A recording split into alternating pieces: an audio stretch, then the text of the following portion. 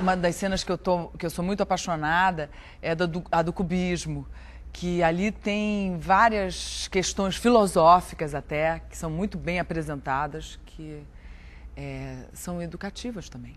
Nós faz parte de uma dupla cubista sertaneja. Ele é o Braque e nós é gêmeos. E ela é a Brick e nós é gêmeo também. Acontece que nós estamos aqui para homenagear o povo de 1908. Foi nesse ano que também a primeira exposição cubista. Braque foi o pintor que trabalhava junto com o Picasso. Na verdade, o Braque e o Picasso foram os grandes iniciadores do cubismo. Eles, inclusive, têm um quadro bem parecido que eles fizeram em cima de uma mesma visão. E são dois quadros muito parecidos, que é exatamente a roupa da Brick. A minha mãe, ela pintou exatamente na tonalidade e na textura do quadro que eles fizeram inaugurando o cubismo. E bric-a-brac é um termo que se usa quando é uma coisa misturada. Então eu achei genial essa coisa de ser sertanejo e ser cubista. Bric-a-brac é uma coisa só. Mas onde já se viu usar uma revista para homenagear um homem de valor duvidoso? Pode ver, você quem é que é, hein? Eu sou o crítico, meus caros! E daí o Caio propôs a cena dos caipiras, da dupla caipira, em homenagem ao Catulo, da Paixão Cearense, que é um personagem de 1908. Foi o ano que ele levou a viola para o Conservatório Nacional. E como o crítico é um personagem típico da revista também, ele aparece em várias revistas do Arthur. Porque o Arthur sempre sofreu muito com as críticas, assim como o Catulo também sofreu com as críticas, assim como nós também sofremos com as críticas. Que segundo o dicionário, crítico é o indivíduo que possui a arte ou a faculdade de julgar as obras do espírito, em particular as de caráter literário ou artístico. Eu sempre penso assim, o que eu gostaria de ver, sabe?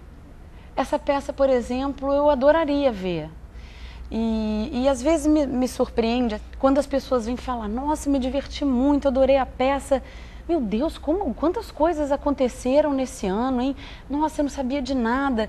Me deu vontade de estudar mais sobre esse ano. Eu falo, yes! E é evidente que eu acho que isso tem o seu potencial, isso tem o seu valor educativo, porque claro, está falando de uma época, está falando de uma maneira de fazer teatro, está falando de fatos históricos, né? Fala não só sobre Santos Dumont, sobre a questão do cubismo, sobre uma série de coisas que têm sua importância e sua relevância. Só de você pegar, poder reorganizar, rever a obra do Arthur, que retrata toda uma época importantíssima na história do Brasil, que é justamente o final dos 800, o início do século XX, quer dizer, ou seja, a mudança é um momento importantíssimo, a mudança de regime político, a gente deixa de ser uma monarquia para começar uma aventura republicana, a gente tem a abolição da escravatura no país, a gente tem a modernização da cidade, no Rio de Janeiro passa por toda uma reforma muito violenta, né, de uma certa maneira.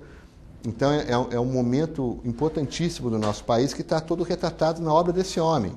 Então, de qualquer maneira, mexer com Arthur significa mexer com a história brasileira dessa mudança de século. Eu acho que o público vai pegando aquilo muito num segundo plano. Quer dizer, o primeiro plano é uma historinha que ele está ouvindo.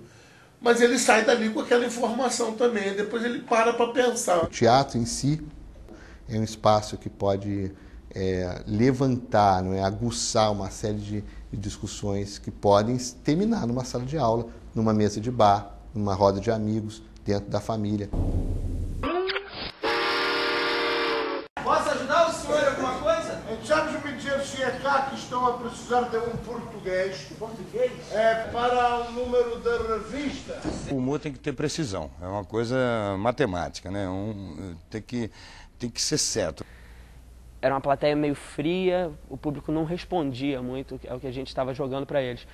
E tem uma que eu chego na beira do palco e... Sim, seu... Joaquim! Claro, que dúvida. Geralmente todo mundo vem nessa. E teve uma vez que eu joguei, não sei se foi um tempo errado, que foi, que eu joguei quieto e você encarando o público. quando você vê claramente no texto uma piada que está construída no texto, ela geralmente tem poucas maneiras de serem feitas de modo a resultar certa piada. Na maioria das vezes você faz uma piada e ela não funciona é porque você fez errado, matematicamente errado, não respirou na hora certa, não deu a pausa para concluir certo o desfecho da piada e aí a piada acaba não funcionando. Eu acho que é um tesão isso de você conseguir se emocionar e estar emocionada e ao mesmo tempo a plateia rir. E essa coisa imediata, né? Que a comédia é imediata. Você perde uma piada numa comédia por um milésimo, uma fração de segundos. Você fala, não falei no tempo certo. Sempre que eu vou botar um caco, eu sempre pego com quem eu vou contracenar e vamos ensaiar isso aqui, vamos bater. Peguei ela lá esses dias, vamos botar o Marcos Valério, por exemplo. E pelo que soube, ele está interessado em se tornar sócio de um grande capitalista, Mr. Marcos Valério. Mr. Marcos Valério! Eu acho que os cacos, eles acabam estimulando a gente a estar sempre se reinventando e sempre brincando com a situação enfim, com uma coisa que acontece no dia ou com um problema que o colega tenha. Cada dia é um dia diferente, né? Que todo mundo fala, porra, não, saco todo dia fazer a mesma coisa, falar a mesma coisa. Eu falei, e você, o que você faz? Você trabalha no banco, por exemplo. Você não faz todo dia a mesma coisa? Não, Dio esposo de comandante. Até você ter a confiança de que aquela piada vai funcionar, e nem sempre a piada funciona no primeiro dia, você às vezes fala a piada, aí você diz, não, aqui eu preciso fazer de outro jeito, e faz uma segunda, ela vai funcionar lá no 10º dia. A comédia, principalmente, é uma obra viva. Ela está sempre em constante transformação, ela está se atualizando, como você pegar um jornal todo dia, tem notícias novas e você vai fazendo isso. E a Geringonça permite isso, porque essa é a base do teatro de revista. Essa receita está toda ela no Obra do Ator, quer dizer, não foi, obviamente não é uma questão de copiar, nem é uma questão de você tirar uma fórmula dali, mas é uma questão de você entrar naquele universo, entender aquele universo e depois reproduzir. O meu trabalho, especificamente, é a produção executiva, né? Beijinho, eu pensei que você não pensa, Tibério, você executa! E eu tenho que executar, né? Eu enlouqueço todo dia. Desde o início, acompanhar a figurinista para comprar tecido, os adereços de cabeça, chapéus, enfim, bigode, cola para bigode, ver os microfones que durante a temporada a gente tem que sempre estar alerta, porque essa semana mesmo já preparam 2. Chegar muito mais cedo que todo mundo para ver se está tudo certo, costurar a coisa, passar, lixar o microfone, fazer cafezinho.